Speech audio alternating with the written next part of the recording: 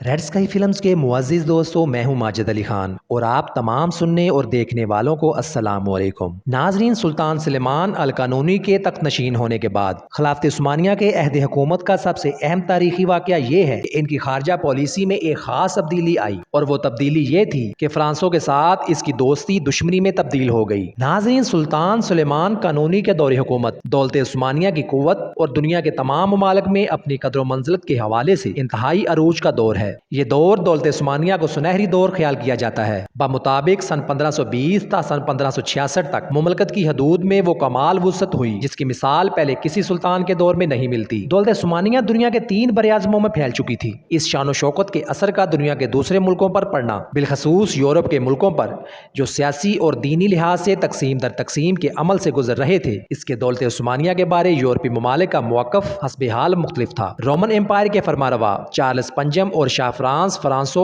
और दोनों मुकद्दस Roman empire के तख्त के लिए आपस में मुकाबला कर रहे थे। प्रोटेस्टेंट फिरका के बानी मार्टिन लूथर के मद्दे मुकाबिल था जो जर्मनी का राहिब था। नाजरीन, बिलग्राद अपने कमसन बादशाह लुइस सानी की वजह से दाखिली अफरा तफरी का सामना कर रहा था और बादशाह की कमसनी की वजह से उमरा के दरमियान रस्साकशी जारी थी। इसलिए फ्रांसो अव्वल ने दौलत उस्मानिया की कुव्वत और मर्तबा से फायदा उठाने के लिए दोस्ती का हाथ बढ़ाया और तुर्कों से खैर सगाली और मोहब्बत के ताल्लुकात कायम करने की कोशिश की, क्योंकि वो जानता था कि दौलत उस्मानिया ही चार्ल्स खाम्स की ख्वाहिशात को पूरा होने से रोक सकती है। ये बात फ्रांस के सफीर फैंसी के बयान से सामने आती है, जिसने फ्रांस के नुक्ता नजर को बयान करते हुए कहा, मोहतरम सफीर, मैं इस बात का इनकार नहीं कर सकता कि मैं इस चीज को शिद्दत से चाहता हूँ कि तुर्कों को बहुत ही ताकतवर और जंग के लिए तैयार देखो, सिर्फ उस्मानी सुल्तान के जाती फायदे के लिए नहीं बल्कि शहनशाह चार्ल्स की ताकत को कमजोर करने, इसके अखराजात को बढ़ाने और चार्ल्स जैसे बड़े दुश्मनों के खिलाफ तमाम हुकूमतों को तोहफ़्फ़ुज़ मुहैया करने के लिए। नाज़रीन, फ्रांस के दौलत उस्मानिया के साथ मुज़ाकरात बाफिया की जंग के बाद शुरू हुए, जिसमें फ्रांस का बादशाह फ्रांसी अव्वल गिरफ्तार हो गया। यह सन 1525 के अरसे का वाक़या है और इसकी वालदा और वली अहद ने अपना एलची जॉन फ्रिंजिबानी सुल्तान की खिदमत में भेजा। इस एलची के पास गिरफ्तार शुदा बादशाह के खत के अलावा इसकी वालदा की तरफ से लिखा हुआ खत भी था। उन्होंने इनके खतूत में मुतालबा किया था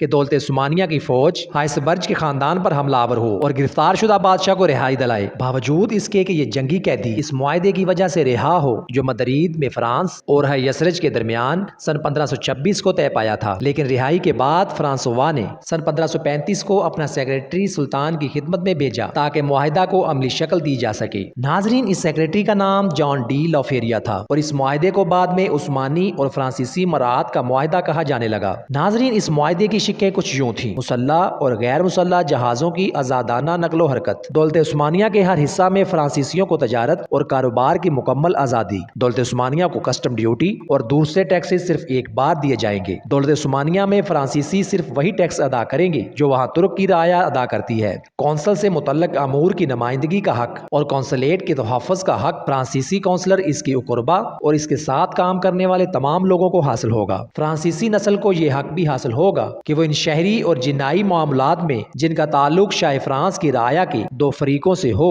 गौर फिक्र करे और इन मामलात में अपना फैसला सुनाए। शाह फ्रांस की राया के मशवरों को कबूल किया जाएगा और हुक्म सुनाते वक्त इनसे फायदा हासिल किया जाएगा। शाह फ्रांस की राया को गुलाम नहीं बनाया जाएगा। नाजरीन, इस मुआहदे के नतीजे में फ्रांस और दौलत उस्मानिया के बहरिया में तावन पहले से ज्यादा हो गया और उस्मानी बहरिया ने नाबोली के मुल्क पर ताबड़तोड़ हमले किए जो चार्ल्स कांट के जेर नगी था। सन 1543 में उस्मानी और फ्रांसीसी बहरिया की यूनिटों ने मिलकर नसीर पर हल्ला बोला जो डोग साफुई के जेर नगी था। याद रहे, डोग साफुई चार्ल्स कांट का अलीफ था। सो नाजरीन, ये थे खिलाफत उस्मानिया के सुल्तान सुलेमान अल कानूनी की जिंदगी के हालात व वाक़यात। तो उम्मीद करता हूँ कि आपको हमारी ये आज की स्टोरी पसंद आई होगी। मजीद ऐसी इन्फॉर्मेटिव और हिस्टोरिकल स्टोरीज देखने के लिए हमारे चैनल को सब्सक्राइब कर लें और घंटी के निशान को भी दबा दें ताकि आने वाली हमारी तमाम वीडियोस आप तक पहुँच सकें। इसी के साथ अपना बहुत सारा ख्याल रखिएगा।